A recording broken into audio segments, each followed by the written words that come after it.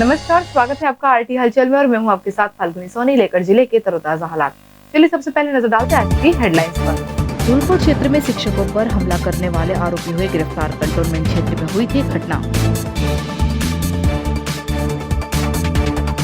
Nimbola overbridge की सड़क हुई जर्जर, गड्ढों में दिखने लगे हैं सरिये। वंचित आधाड़ी बहुजन पार्टी लड़ेगी उपचुनाव, कार्यकर्ताओं से हुई चर्चा। अरतोली चेकपोस्ट को प्रशासन ने हटाया, महाराष्ट्र के किसानों ने जताया था विरोध। और अब गतिविधियां विस्तार के साथ। वंचित आघाड़ी बहुजन पार्टी प्रदेश के आगामी उपचुनाव में सभी सीटों पर अपने उम्मीदवारों को उतारेगी। ये जानकारी शुक्रवार को पार्टी ने राष्ट्रीय नेता ने मीडिया को दी। आगामी दिनों में प्रदेश की 27 सीटों पर उपचुनाव होना है। वहीं इस उपचुनाव को लेकर राजनीतिक सरगर्मियां भी शुरू हो गई। शुक्रवार को उपचुनाव के मद्देनजर वंचित अघाड़ी बहुजन पार्टी के राष्ट्रीय नेता एडवोकेट प्रकाश बाला अंबेडकर ने पार्टी द्वारा सभी 27 सीटों पर उपचुनाव में अपने उम्मीदवारों को उतारने की जानकारी दी। उन्होंने कहा कि केंद्र की बीजेपी सरकार संविधान बदलने की तैयारी में सभी पब्लिक सेक्टर को खत्म कर दिया जा रहा है। इन्हीं मुद्दों को लेकर पार्टी जनता के बीच जाएगी। पर पूरे 27 जगह की हम लोग की तैयारी हो चुकी है। कैंडिडेट तैयार हो गया? हाँ, कैंडिडेट्स की छान चल रही है। एक एक दो दो तीन तीन कैंडिडेट्स है। आखिरी वक्त में किसको उतारना है वो पार्टी डिसाइड करेगी, लेकिन हम लोग की तैयारी हो चुकी है। बड़े मुद्दे क्या रहेंगे उसमें आप? देखिए, बड़े मुद्दा हम लोग का यही है कि सेक्युलरिज्म इस देश में खतरे में आ चुका है, क्योंकि संविधान बदलने की बात यहाँ पर हो रही है। दूसरा, मैंने जैसे कहा कि यहाँ पब्लिक सेक्टर के माध्यम से ही इकोनॉमिकली लोगों को एम्पावरमेंट करने की बात थी। अब पब्लिक सेक्टर ही नहीं रहेगा तो लोगों की इकोनॉमिकली एम्पावरमेंट की बात नहीं होगी, वो तो वैसे ही गुलाम की गुलाम रहेगा। तो इसलिए कॉन्ट्रैक्ट लेबर और पब्लिक सेक्टर दोनों का हम लोग विरोध करने के कह रहे हैं। तीसरा, मैंने जैसे कहा कि बजट जो है, ये जो गरीब वर्ग है, ये गरीब वर्ग के लिए ये बजट की प्रावधान होना ज़रूरी है। SC ST की तरह माइनर OBC जो है उसके लिए भी होना ज़रूरी है। और ये जो रिलीजियस माइनॉरिटी क्लास जो है उसको एक विश्वास दिलाने की बात है। इन चीज़ों पे हम लोग इलेक्शन लड़ेंगे। शुक्रवार को जिले में आए वंचित आघाड़ी बहुजन पार्टी के राष्ट्रीय नेता एडवोकेट प्रकाश बाला अंबेडकर ने बीजेपी द्वारा प्रदेश की सरकार गिराने पर भाजपा पर वार करते हुए इसी फार्मूले को अन्य राज्यों में भी इस्तेमाल करना बताया।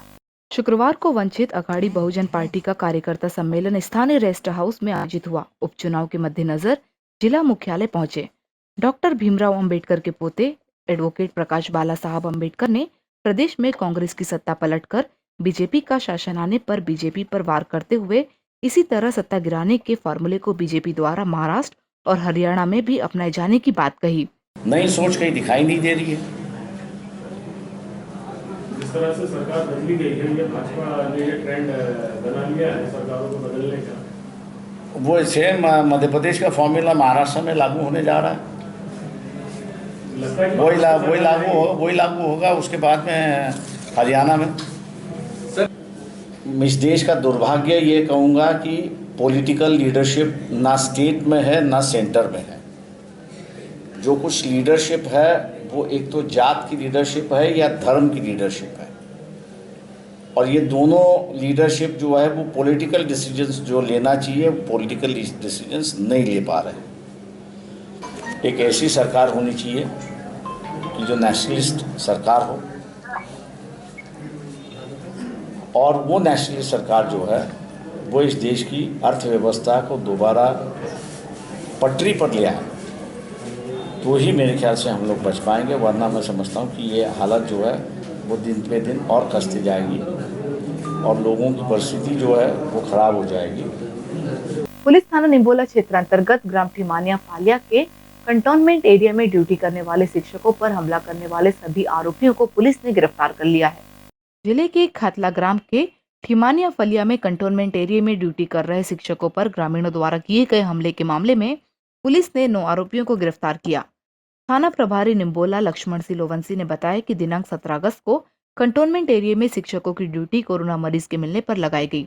इस दौरान ग्रामीणों ने शिक्षकों पर हमला कर दिया था। इस घटना के बाद पुलिस ने आरोपियों की पहचान कर उन्हें गिरफ्तार कर लिया है। दिनांक 17 तारीख को ग्राम खातला के ढिमानिया फालिया में 3 पॉजिटिव केस मिले थे। उन पेशेंटों को हम लोगों ने अस्पताल की गाड़ी बुलवाकर और जिला अस्पताल इलाज हेतु रवाना कर दिया था। और उस क्षेत्र को डिमानिया गांव में काशीराम पिता सकाराम में जो पॉजिटिव आया था उसके घर को कंटेनमेंट क्षेत्र घोषित करके वहाँ ड्यूटी लगा दी गई। तहसीलदार साहब द्वारा, तहसीलदार नेपानगर द्वारा शिक्षकों की ड्यूटी लगाई गई थी। 17 तारीख को गांव के कुछ लोग आए और बोले कि हमारे लोगों को ज़बरदस्ती उठा के ले जा रहे हैं। उनको समझाया गया शिक्षकों द्वारा कि भाई क्वारंटाइन है, घर में कोरोना बीमारी चल रही, घर में तुम्हारे यहाँ पॉजिटिव व्यक्ति मिला है, यदि आप लोग बाहर निकलोगे या किसी प्रकार से इनको घर रखेंगे तो पूरा गांव पॉजिटिव हो जाएगा। लेकिन नहीं माने और उन्होंने मास्टरों पे, जो टीचर थे, उनके ऊपर हमला कर दिया और उन्हें मारने दौड़े तो टीचर अपनी जान बचा के भागे।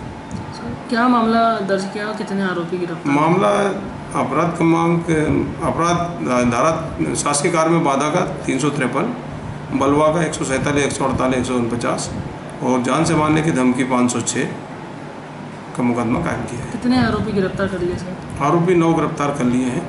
अखिल विश्व गायत्री परिवार द्वारा पर्यावरण आंदोलन के तहत मिट्टी की गणेश प्रतिमाओं के साथ 8 औषधीय पौधे और बेलपत्र पौधे के साथ ट्री गणेश स्थापित करने की पहल की है। अखिल विश्व गायत्री परिवार ने पर्यावरण आंदोलन अंतर्गत एक अनूठी पहल की है। मिट्टी की गणेश मूर्ति के साथ 8 औषधीय पौधे और बेलपत्र पौधे के साथ ट्री गणेश स्थापित करने को लेकर गायत्री परिवार ने सार्थक पहल करते हुए इस वर्ष 8 औषधीय पौधे सहित और बेलपत्र के साथ मिट्टी की गणेश प्रतिमा स्थापित किए जाएंगे। इसी कड़ी में ग्राम बोदरली में वृक्ष गंगा अभियान से जुड़े युवाओं ने और स्कूली बच्चों ने मिट्टी की गणेश प्रतिमा बनाकर स्थापित कर रहे हैं। गायत्री शक्तिपीठ बुरहानपुर और गोलोक धाम खंडकोद में ट्री गणेश श्रद्धालु के लिए उपलब्ध कराया जा रहा है। यह सार्थक प्रयास से नदी तालाबों को भी प्रदूषित होने से बचाया जाएगा। अखिल विश्व गायत्री परिवार के पर्यावरण आंदोलन के अंतर्गत इस वर्ष सार्थक गणेश उत्सव मनाया जा रहा है। पर्यावरण अनुकूल मिट्टी की गणेश मूर्ति और साथ ही 8 औषधीय पौधों को घर घर स्थापित कर सार्थक पर्यावरण गणेश महोत्सव मनाया जाएगा। घर घर प्रशिक्षण दिया जा रहा है मिट्टी की गणेश मूर्ति बैठाने का। महाराष्ट्र की अर्तुली सीमा पर बने चेक पोस्ट से महाराष्ट्र के किसानों के विरोध के चलते जिला प्रशासन ने अर्तुली चेक पोस्ट को जगह बदल दी है। जिले में कोरोना संक्रमण को रोकने के लिए महाराष्ट्र सीमा पर जिला प्रशासन द्वारा चेक पोस्ट बनाकर यातायात को प्रतिबंधित किया गया था।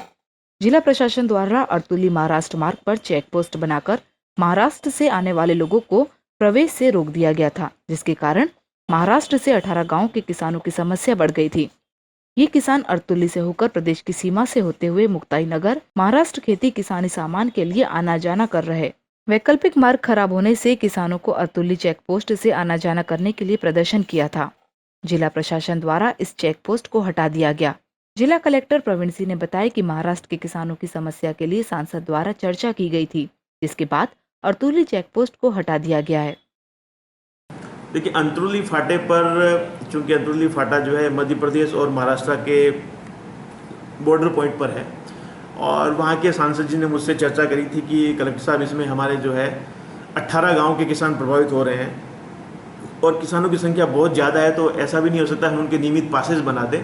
और दूसरा, उनकी जो तहसील है मुक्ताई नगर, तो 18 गाँव के किसानों को समय समय पर विभिन्न अपने कामों के लिए, फसलों के लिए या बीज के लिए, उर्वरक के लिए मुक्ताई नगर जाना पड़ता है, तो बहुत घूम के जाना पड़ेगा। रोज़ रोज़ उनके लिए पासेस बनवाना दिक्कत का काम हो जाएगा, क्योंकि वो रहने वाले महाराष्ट्र के हैं और पास जो है मध्य प्रदेश बन रहे हैं, तो उनकी बात जो है तकनीकी रूप से जायज़ थी और इससे किसानों को समस्या आ रही थी। तो हम लोगों ने, जो हमारे मुक्ताई नगर के तहसीलदार हैं और बुरहानपुर के तहसीलदार हैं, दोनों को जॉइंटली बोला था इस समस्या को रिजॉल्व करने का। तो अभी चेक पोस्ट अंतरुली से हटाकर हमने हमारे उस चेक पोस्ट को 2 टुकड़ों में बांट दिया है, जिससे महाराष्ट्र के लोगों को अपने दैनिक कार्यों में तकलीफ नहीं होगी।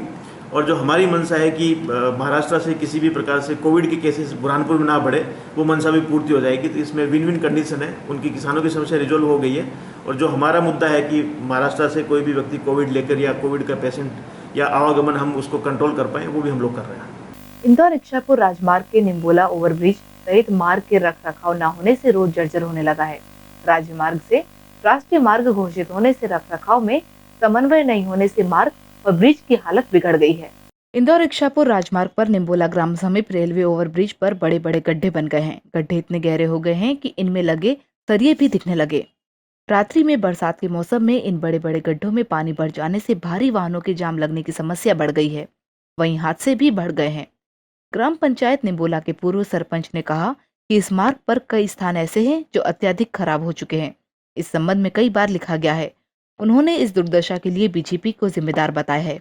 इस समस्या को लेकर जिला कलेक्टर प्रवीण सिंह ने बताया कि संबंधित एजेंसी से चर्चा कर जनता की इस समस्या का जल्द से जल्द निराकरण करवाया जाएगा। स्टेट हाईवे है और यहाँ पे मतलब आए दिन दुर्घटना हो रही है। ये निम्बोला ग्राम निम्बोला में है, ये जो रेलवे ओवर ब्रिज बना हुआ है, इस पे पूरे गड्ढे हो गए हैं।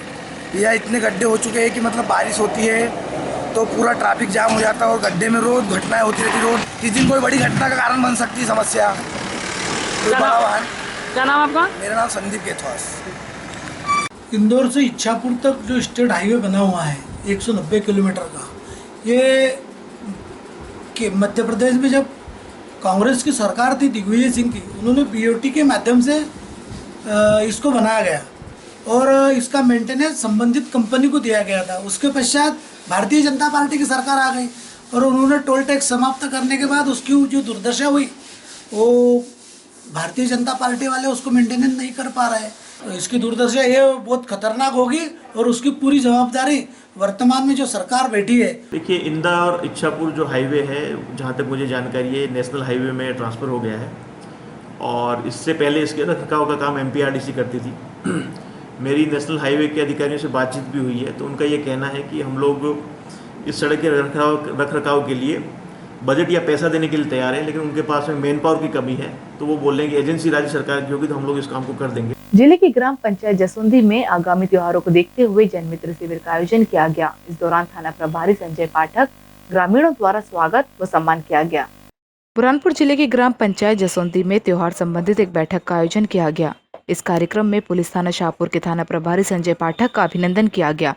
क्षेत्र में शांति और सुरक्षा की भावना के साथ जनसंवाद के लिए आयोजित इस कार्यक्रम में ग्राम के सरपंच, ग्राम पंचायत के पदाधिकारी एवं ग्राम सुरक्षा समिति के सदस्यों ने थाना प्रभारी संजय पाठक की बेहतर और प्रशंसनीय कार्यशैली के लिए उन्हें बधाइयां दी। गौरतलब है कि विगत दिनों शाहपुर थाना में गैंगरेप की घटना सामने आई थी, जो पुलिस विभाग के लिए किसी बड़ी चुनौती से कम नहीं थी। वहीं इस मामले में अनुसंधान का बेहतर समन्वय किए जाने से टीआई संजय पाठक सहित सभी ने मामलों का खुलासा कर आरोपियों को गिरफ्तार कर जेल भेज दिया, जिसके बाद टीआई पाठक का लोगों ने दिल से स्वागत किया। स्वागत कार्यक्रम में सरपंच सचिव सहित गांव के युवा मौजूद थे। और अब वक्त हो चुका है आपसे विदा लेने का। जाते जाते डालते नजर आज की हेडलाइंस पर। धूलपुर क्षेत्र में शिक्षकों पर हमला करने वाले आरोपी हुए गिरफ्तार। कंटोनमेंट क्षेत्र में हुई थी घटना। निम्बोला ओवरब्रिज की सड़क हुई जर्जर, गड्ढों में दिखने लगे हैं सरिये। वंचित आधाड़ी बहुजन पार्टी लड़ेगी उपचुनाव, कार्यकर्ताओं से हुई चर्चा। अरतुली चेकपोस्ट को प्रशासन ने हटाया, महाराष्ट्र के किसानों ने जताया था विरोध। तो कल फिर होगी आपसे मुलाकात जिले की ताजा गतिविधियों के साथ। तब तक के लिए आरटी हलचल की पूरी टीम और मुझे दीजिए इजाजत। नमस्कार।